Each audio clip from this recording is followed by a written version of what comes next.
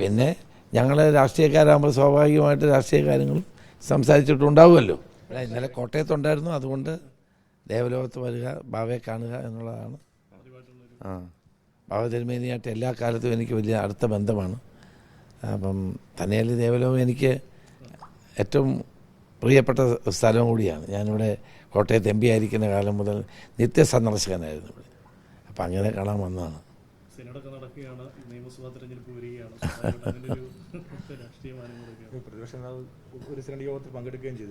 എവിടെ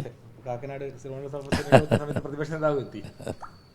ഈ സഭ കഴിഞ്ഞ ദിവസം ഉന്നയിച്ചൊരു ആക്ഷേപം, ഈ ബാറുകളുടെ സമയം കൂട്ടിയ ആ ഒരു വിഷയത്തിൽ അവരെ ഒരു വലിയൊരു പ്രതിഷേധമുണ്ട്. അതൊരു നിവേദനമായിട്ട് സർക്കാരിന് കൈമാറുകയും ചെയ്തു. അതെ, അത് സർക്കാർ തീരുമാനിക്കേണ്ട കാര്യമല്ലേ, അവർ തീരുമാനിച്ചതല്ലേ. അത് പ്രതിപക്ഷമായിട്ട് ഒരു ചർച്ചയൊന്നും നടത്തിയിട്ടില്ലെന്ന് പ്രതിപക്ഷ നേതാവ് തന്നെ പറഞ്ഞ കാര്യമാണ്.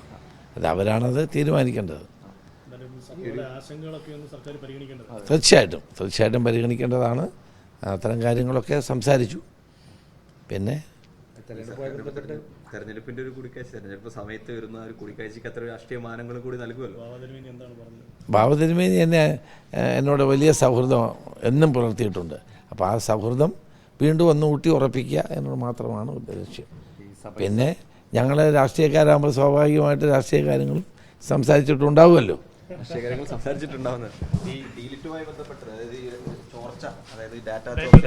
ഞാൻ 9:30 അത് പത്തനംതിട്ട സംസാരിക്കുന്നുണ്ട്. അതിൻ്റെ 9:30 കൃത്യം 9:30 മണിക്ക് അവിടെ ബന്ധപ്പെട്ട ഓർത്തഡോക്സ് സഭയ്ക്ക് പ്രധാനമായിട്ടും ശക്തിയുള്ള ചില സ്ഥലങ്ങളാണ് ആറന്മുള, ചെങ്ങന്നൂർ, 2 മന്ത്രിമാരുടെ മണ്ഡലങ്ങളാണ്.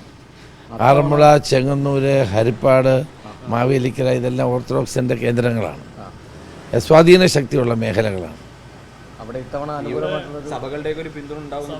ഇത്തവണ യാതൊരു സംശയവും വേണ്ട, മധ്യ തിരുവിതാംകൂറിൽ UDF വൻപിച്ച മുന്നേറ്റം നടത്തുകയാണ്. പഞ്ചായത്ത് തെരഞ്ഞെടുപ്പിൽ നമ്മൾ കണ്ടതാണ്, അതേ പാർലമെന്റ് തെരഞ്ഞെടുപ്പിലും കണ്ടതാണ്. അതേ താല്പര്യമുള്ള സ്ഥാനാർത്ഥികളെ അല്ല, അത്തരം കാര്യങ്ങളെപ്പറ്റി സ്ഥാനാർത്ഥി ചർച്ചകളൊന്നും ആയിട്ടില്ലല്ലോ. അത് വരട്ടെ.